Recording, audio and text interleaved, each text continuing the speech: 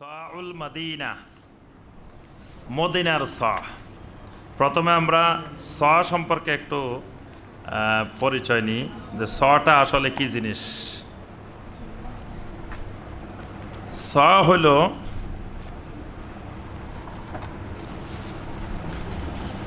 নবী সাল্লাল্লাহু আলাইহি ওয়াসাল্লাম হাদিসের মধ্যে মদিনার সা এবং মুদের জন্য দোয়া করছেন। এই হাদিসটি সহিহ আল বুখারীর মধ্যে এসেছে, সহিহ মুসলিমে এসেছে। নবী সাল্লাল্লাহু আলাইহি ওয়াসাল্লাম বলছেন, আল্লাহুম্মা বারিক লানা ফি সাইনা ওয়া ফি মুদ্দিনা। হে আল্লাহ, আমাদের এই মদিনার সয়ের মধ্যে, মদিনার মুদের মধ্যে আপনি বরকত দিয়ে দিন। সুবহানাল্লাহ। মদিনার মুদের জন্য, মদিনার সয়ের মধ্যে বরকতের জন্য নবী সাল্লাল্লাহু আলাইহি ওয়াসাল্লাম দোয়া করছেন।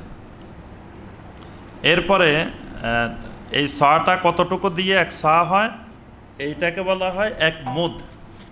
মানে মুদ হলো সর্বনিম্ন পরিমাণ। যে এক সময় আমাদের দেশে বেত দিয়ে বানাইতো না, এখন ইদানিং উঠে গেছে। যে বেত দিয়ে শের ছিল, তারপরে 16 শেরে মিলে এক কাঠা, বা বিভিন্ন এলাকায় বিভিন্ন নাম ছিল এইরকম। তো এই মদিনা অঞ্চলে নবী সাল্লাল্লাহু আলাইহি ওয়াসাল্লামের যুগে এইরকম পরিমাপটাকে বলা হয়তো কি মুদ। এইরকম এক এক এক ইয়া দিলে এটাকে বলা হয়তো এক মুদ। এইরকম 4 মুদ দিলে এক সা। তবে এটা হলো ইমাম শাফি রহমতুল্লাহ আলাইহি, ইমাম মালিক, ইমাম আহমদ রহমতুল্লাহ আলাইহির মতে যে 4 মুদে এক সা। আর আবু হানিফা রহমতুল্লাহ আলাইহির মত হলো যে তার মুদটা হলো এটা না, এটা হলো মদিনার মুদ। আর আবু হানিফা রহমতুল্লাহ আলাইহি যে মুদের হিসাব দিচ্ছেন সেটা হলো ইরাকি মুদ। ইরাকি মুদে 4টা হলে এটা 6টা। কথাটা বুঝছেন? ওইটা বড়। মদিনার মুদের থেকে ইরাকের মুদটা বড়, এজন্য এইটা 4টা দিলে এক সা হয়, ওইটাও 4টা দিলে এক সা হয়, কিন্তু ওই 4টা এইটা 6টার সমান। এজন্য ইমাম আবু ইউসুফ রহমতুল্লাহ আলাইহি তিনি যখন আব্বাসী খেলাফতের প্রধান বিচারপতি ছিলেন, তখন তিনি মদিনায় আসছিলেন। মদিনায় এসে মদিনাবাসীকে বললেন যে আপনাদের যে মুদ, আপনাদের যে সা, এগুলো একটু নিয়ে আসেন। তখন সবাই নিয়ে আসছে। নিয়ে আসার পরে উনি দেখলেন ইরাকের সয়ের সাথে ইরাকের মুদের সাথে মিলাই দেখলেন যে এটা মিল নেই, ইরাকেরটা বড়, মদিনারটা ছোট। তখন তিনি বললেন যে আমার রাসূল এইটা দিয়ে দিয়েছেন, মদিনারটা দিয়ে দিয়েছেন, ইরাকেরটা দিয়ে দেন নাই। তখন উনি বলছেন যে আজকে যদি আমাদের ইমাম আবু হানিফা রহমতুল্লাহ আলাইহি বেঁচে থাকতেন, তিনি যদি এই মদিনার মুদ দেখতেন, তাহলে তিনি এই মদিনার মুদ অনুযায়ী ফতোয়া দিতেন। সুবহানাল্লাহ। অর্থাৎ তার কাছে মদিনার এই মুদটা পৌঁছে নাই। উনি ইরাকে যে মুদটা পেয়েছেন, ওই মুদটা ওনার ধারণা ছিল কিছু সাহাবাই কেরাম, তাবেঈনে কেরাম মদিনা থেকে ইরাক গেছেন, তো তার ধারণা ছিল যে এরা মদিনার সটা, মদিনার মুদটাই ইরাকে নিয়ে গেছেন। এই ভিত্তিতে তিনি ফতোয়া দিয়েছেন ওই ইরাকি মুদের উপরে। এই জন্য ইরাকি মুদটা বড়। তো এখানে অধিকাংশ জমহুর ফুকাহায়ে কেরামের মত হলো যে সদাকাতুল ফিতর দিতে হবে মদিনার স অনুযায়ী, মদিনার মুদ অনুযায়ী। আর সদাকাতুল ফিতর দিতে হবে কি দিয়ে? টাকা পয়সা দিয়ে। নবী সাল্লাল্লাহু আলাইহি ওয়াসাল্লামের স্পষ্ট হাদিস, ফারাদা রাসূলুল্লাহ সাল্লাল্লাহু আলাইহি ওয়াসাল্লাম সাআম মিন তামারিন, 100 খেজুর, 100 জব, 100 কিসমিস, এরকম বিভিন্ন 100 পরিমাণ খাদ্যদ্রব্য দিয়ে রাসূলুল্লাহ সাল্লাল্লাহু আলাইহি ওয়াসাল্লাম আমাদের উপরে সাদাকাতুল ফিতর বা যাকাতুল ফিতর আদায় করাকে ফরজ করেছেন। তাহলে যাকাতুল ফিতরটা দিতে হবে এই পরিমাপ দিয়ে, এবং কি দিয়ে? খাদ্যদ্রব্য দিয়ে। নবী সাল্লাল্লাহু আলাইহি ওয়াসাল্লামের যুগে টাকা পয়সা ছিল, সাহাবায়ে কেরামের যুগে ছিল, তাবেঈনে কেরামের যুগে ছিল, সালফে সালেহিনদের যুগে ছিল, কিন্তু তারা কেউ টাকা পয়সা দিয়ে সাদাকাতুল ফিতর, যাকাতুল ফিতর আদায় করেন নাই। আদায় করেছেন কি দিয়ে? খাবার দিয়ে। এই জন্য অনেক ফুকাহায়ে কেরাম বলছেন যে খাবার টাকা পয়সা দিয়ে জায়েজে নাই। শেখ মোহাম্মদ বিন সালেহ আল উসাইমিন রাহিমাহুল্লাহ, আমরা জুমার সময় যেই বইয়ের কথা বলছি মাজালিস শাহরে রমাদান, এখানে তিনি স্পষ্ট বলছেন যে টাকা পয়সা দিয়ে সদাকাতুল ফিতর, যাকাতুল ফিতর দিলে যাকাতুল ফিতর আদায় হবে না। তবে কারো কারো মতে টাকা পয়সা দিয়েও জায়েজ, এটা ইখতিলাফি বিষয়। জায়েজ হলেও কিন্তু উত্তম হলো যে আল্লাহর রাসূল সাহাবাই কেরাম যেই পদ্ধতিতে যাকাতুল ফিতর দিয়েছেন সেটাই আমাদের জন্য সবচেয়ে উত্তম পদ্ধতি। তো রাসূলুল্লাহ সাল্লাল্লাহু আলাইহি ওয়াসাল্লাম যেহেতু সওয়া দিয়ে দিয়েছেন এবং সওয়া দিয়ে দেওয়ার জন্য নির্দেশ দিয়েছেন, সুতরাং উত্তম পদ্ধতি হলো সওয়া দিয়ে। সওয়াটা দিব কি জিনিস? যেগুলো প্রচলিত খাদ্যদ্রব্য, মানে সমাজে যেই দেশে যেগুলো খাদ্যদ্রব্য, আমাদের দেশের প্রধান খাদ্য হলো কি? চাউল। তাহলে আমরা সদাকাতুল ফিতরটা, যাকাতুল ফিতরটা দিব চাউল। কতটুকু দিব? এটা 4 মুদ, এটা হলো 1 মুদ, এটা 4টা দিলে কি হবে? 1 সা হবে। এই 1 সা প্রতিজনের জন্য 1 সা। যিনি ঈদের চাঁদ যখন দেখা যাবে ওই সময়ের সূর্যাস্তের সময়, মানে যেই রাত্রে ঈদের চাঁদ দেখা যাবে ওই রাত্রের সূর্যাস্তের সময় যে মানুষটা পৃথিবীতে বেঁচে থাকবে ওই মানুষটার উপরে সদাকাতুল ফিতর, যাকাতুল ফিতর দেওয়া ফরজ হয়ে যাবে। তাই প্রত্যেকের জন্য 1 সা, অর্থাৎ 4 মুদ। আচ্ছা, এটা যে রাসূল সাল্লাল্লাহু আলাইহি ওয়াসাল্লামের যুগের সা, এটা আমরা পাইলাম কিভাবে? মসজিদে হারামের একজন মুদাররিস, তার নাম হলো আল্লামা মুহাদ্দিস আস-সালাফি ইয়াহইয়া ইবনে উসমান আল মুদাররিস আজিমাবাদী, অর্থাৎ তার মূল নাম হলো ইয়াহইয়া। আগে পরে যেগুলো দেখতেছেন এইগুলা ওনার উপাধি। এখানে ওনার নাম ইয়াহইয়া, ওনার বাবার নাম হলো ওসমান। ওনার বাবাও মসজিদে হারামের, মক্কার মসজিদে হারামের ওস্তাদ ছিলেন, মুদাররিস ছিলেন।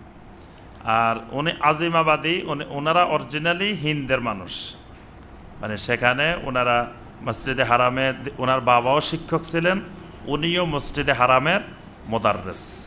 অর্থাৎ আমরা যার থেকে পেয়েছি উনি হলেন ইয়াহইয়া বিন ওসমান আজিমাবাদী। উনি আল মুদাররিস বিল মসজিদ আল হারাম আল মাক্কি ওয়া বি মাহাদ আল হারাম আল মাক্কি। মসজিদে হারামের ভিতরে 2টা ইনস্টিটিউট। একটা ইনস্টিটিউট হলো আম জনতার জন্য একটা প্রতিষ্ঠান, এজন্য পিলারের গোড়ায় গোড়ায় চেয়ার দেখছেন না মসজিদে হারামে, মসজিদে নববীতে। এটা হলো আলাদা একটা ইউনিভার্সিটি, এখানে ওস্তাদরা দার্স দেবেন বিভিন্ন বিষয়ের উপরে।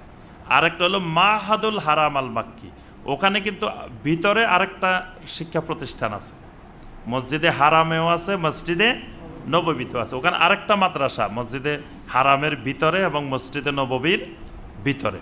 ওখানে একেবারে আপনার সেকেন্ডারি লেভেল থেকে ক্লাস 6 থেকে শুরু করে ইন্টারমিডিয়েট পর্যন্ত, তারপর হেফজুল কোরআন, আরও বিভিন্ন বিষয়ে মসজিদে হারামেও ইনস্টিটিউট আছে, মসজিদে নববীতেও আছে। উনি এই 2 ইনস্টিটিউটের শিক্ষক, ইয়াহইয়া বিন ওসমান হাফেজাহুল্লাহ যিনি। আচ্ছা, ওনার আমরা সামান্য একটু পরিচিতি আলোচনা করব। ওনার বাবা দীর্ঘদিন ধরে মসজিদে হারামের মুদাররিস ছিলেন, এজন্য নামের সাথে মুদাররিস আসছে। আর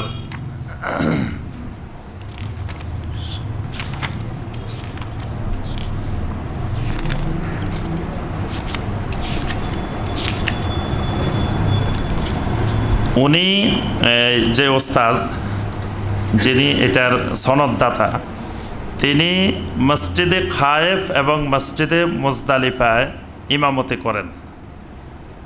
মসজিদে খায়েফ আর মসজিদে মুজদালিফা চিনেন তো? মসজিদে খায়েফ কোথায়? হাজি সাহেবেরা কই? মসজিদে খায়েফ হইল কোথায়? মিনায়।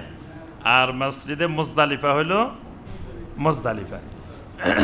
এখানে উনি ইমামতি করেন এবং উনি এখানে আলোচনা করেন তাওহীদের উপরে, সুন্নাহর উপরে। তিনি হাজিদের উদ্দেশ্যে এই মসজিদে খায়েফ এবং মসজিদে মুজদালিফায় ইমামতি করেন।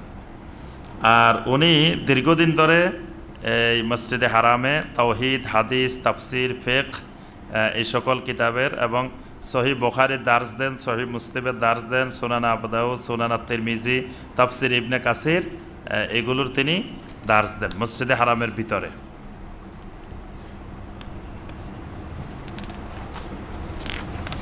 তারপরে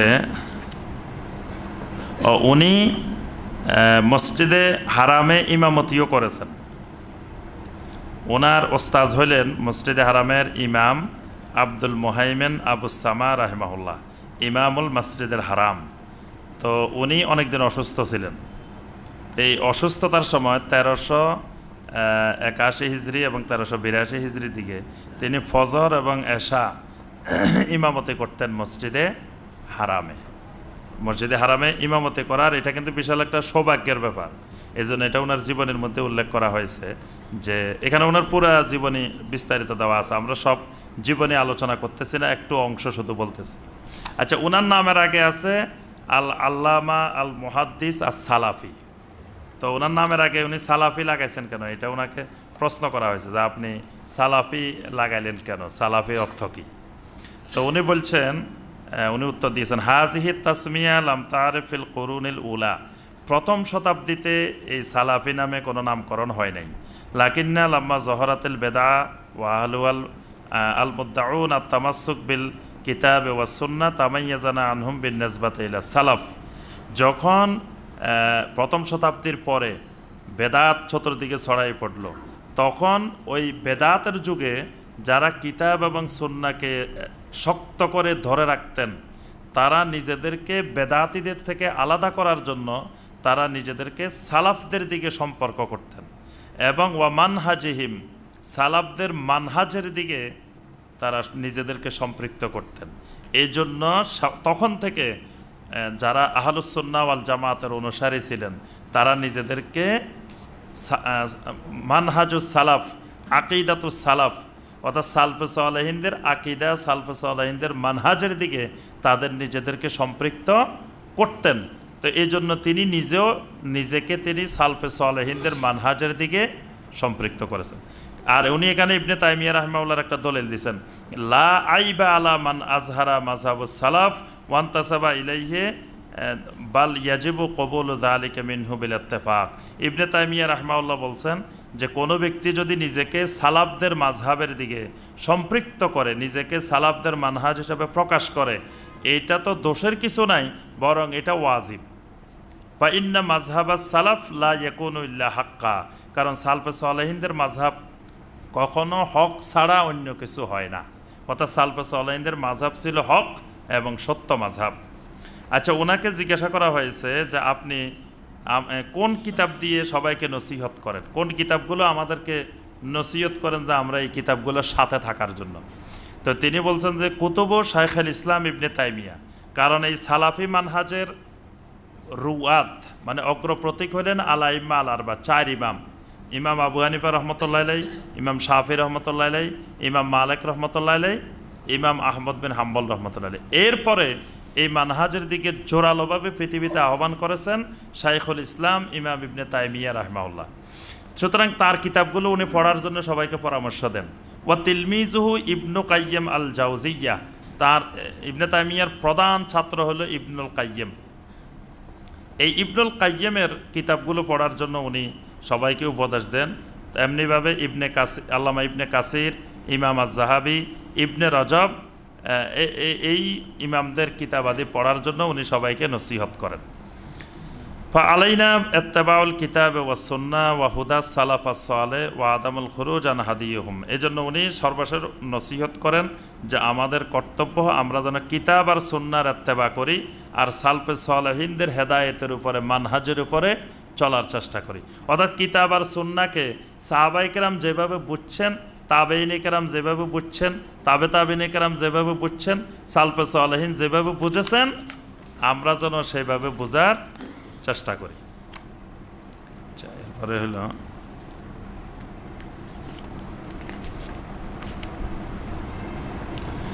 এটার সনদ উনি বর্ণনা করেছেন যায়েদ ইবনে সাবিত সাহেবে রাসূলুল্লাহ সাল্লাল্লাহু আলাইহি ওয়াসাল্লাম, মানে নবী সাল্লাল্লাহু আলাইহি ওয়াসাল্লামের ইন্তেকালের পরে এই মদিনার সওয়াটা অনেক সাহাবীর কাছে সংরক্ষিত ছিল, কারণ তারা জানতেন যে কিয়ামত পর্যন্ত এই সওয়াটার প্রয়োজনীয়তা আছে, কারণ উম্মাহ খুঁজবে যে রাসূল সাল্লাল্লাহু আলাইহি ওয়াসাল্লামের যুগের সওয়া, মদিনার সওয়া।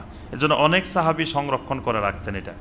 তো যায়েদ ইবনে সাবিত রাদিয়াল্লাহু তাআলা আনহুর কাছে যেটি সংরক্ষিত ছিল সেটি পর্যায়ক্রমে এই 1400 বছর ধরে এখানে সবার নাম দেওয়া আছে। যদি কেউ নামের সনদ নিতে চান আমার থেকে ফটোকপি করে নিতে পারবেন, যে এখানে সম্পূর্ণ সনদ দেওয়া আছে, উনি কার থেকে পেয়েছেন, তো ওই সনদ সহকারে তিনি এখানে বর্ণনা করেছেন। আর সর্বশেষ আমরা যেটা বলবো যে মানে রাসূলুল্লাহ সাল্লাল্লাহু আলাইহি ওয়াসাল্লামের যুগের আজ 1400 বছর পরেও পৃথিবীতে অবিকৃত অবস্থায় এখনও আলহামদুলিল্লাহ বিদ্যমান আছে। দেখেন মানে নবী সাল্লাল্লাহু আলাইহি ওয়াসাল্লাম আমাদেরকে কোনো অন্ধকারের মধ্যে ছেড়ে রেখে যান নাই, একেবারে দিনের উজ্জ্বল আলোর মধ্যে আমাদেরকে রেখে গেছেন। মানে ইসলামের মধ্যে কোনো ধরনের অস্পষ্টতা, কোনো ধরনের বক্রতা, কোনো ধরনের লুকানো জিনিস, বাতেনি জিনিস বলতে ইসলামের মধ্যে কোনো কিছু নাই। সব কিছু নবী সাল্লাল্লাহু আলাইহি ওয়াসাল্লাম সমস্ত ইবাদত একেবারে পুঙ্খানুপুঙ্খরূপে স্পষ্ট করে দিয়েছেন। সেই ছটার পরিমাপ কি হবে সেটাও আলহামদুলিল্লাহ আজ পর্যন্ত যুগে যুগে ওলামায়ে মাদিনা, আহলুল মাদিনা এটাকে সংরক্ষণ করে রেখেছেন এবং উম্মার জন্য এগুলো কিয়ামত পর্যন্ত নবী সাল্লাল্লাহু আলাইহি ওয়াসাল্লামের সুন্নত থাকবে। এই জন্য আমি এর আগেও বলছি যে মদিনাতে প্রতি বছর এই মসজিদে নববীতে এটা নিয়ে ছাত্রদের গবেষণা হয়, যে ওস্তাদরা ছাত্ররা মিলে যে এই মদিনা থেকে কোনো সুন্নত হারিয়ে যাচ্ছে কিনা, এবং কোনো সুন্নত যদি হারিয়ে যায় তো সেই সুন্নতটা যেন জীবিত থাকে, এই জন্য তারা প্রতি বছর এটা নিয়ে একবার গবেষণা হয় যে কোনো সুন্নত যেন দুনিয়ার কোথাও না পাওয়া গেল মদিনা যাতে থাকে, মদিনা যাতে সুন্নতটা অবশিষ্ট থাকে। কারণ মানুষ দুনিয়ার কোথাও না পাইলে তো সুন্নতটা আর পাবে কোথায়, এটা তো পৃথিবী থেকে বিলুপ্ত হয়ে যাবে। তো সুতরাং পৃথিবীর বিভিন্ন জায়গায় বিলুপ্ত হইতে পারে, কিন্তু মদিনা থেকে নবী সাল্লাল্লাহু আলাইহি ওয়াসাল্লামের কোনো সুন্নত বিলুপ্ত হইতে দেওয়া যাবে না। এই ব্যাপারে মদিনার ওলামায়ে কেরাম খুবই তৎপর। আল্লাহ পাক তাদেরকে সবাইকে কবুল করুন। ওলামায়ে মদিনাকে নবী সাল্লাল্লাহু আলাইহি ওয়াসাল্লামের সুন্নতগুলো যাতে দুনিয়াবাসীর জন্য, সারা দুনিয়ার মুসলিমদের জন্য সংরক্ষণ করার আল্লাহ পাক তাদেরকে তৌফিক দিন। আল্লাহ পাক দুই হারামকে সমস্ত শত্রুদের দাজ্জালের ফিতনা থেকে সব কিছু থেকে আল্লাহ পাক হেফাজত করুন। সম্মানিত ভাইরা, তো এই মদিনার সওয়াজ এটি আপনারাও নিতে পারবেন। এটিকে আমরা পরিমাপ করে চেষ্টা করব যাতে সবার হাতে হাতে, সবার ঘরে ঘরে, যে আমাদের দেশেও যে রাসূলুল্লাহ সাল্লাল্লাহু আলাইহি ওয়াসাল্লামের অনুযায়ী, নবী সাল্লাল্লাহু আলাইহি ওয়াসাল্লামের সুন্নাহ অনুযায়ী আমরাও সাদাকাতুল ফিতর আদায় করতে পারি। এটা আমরাও ইনশাআল্লাহ সবাই চেষ্টা করব এবং ওইভাবে পৌঁছানোর আমরা ব্যবস্থা নেব ইনশাআল্লাহ। আল্লাহ পাক আমাদের সবাইকে তৌফিক দান করুন। সুবহানাকা আল্লাহুম্মা বিহামদিকা আশহাদু আল্লা ইলাহা ইল্লা আনতা আস্তাগফিরুকা ওয়া আতুবু ইলাইক।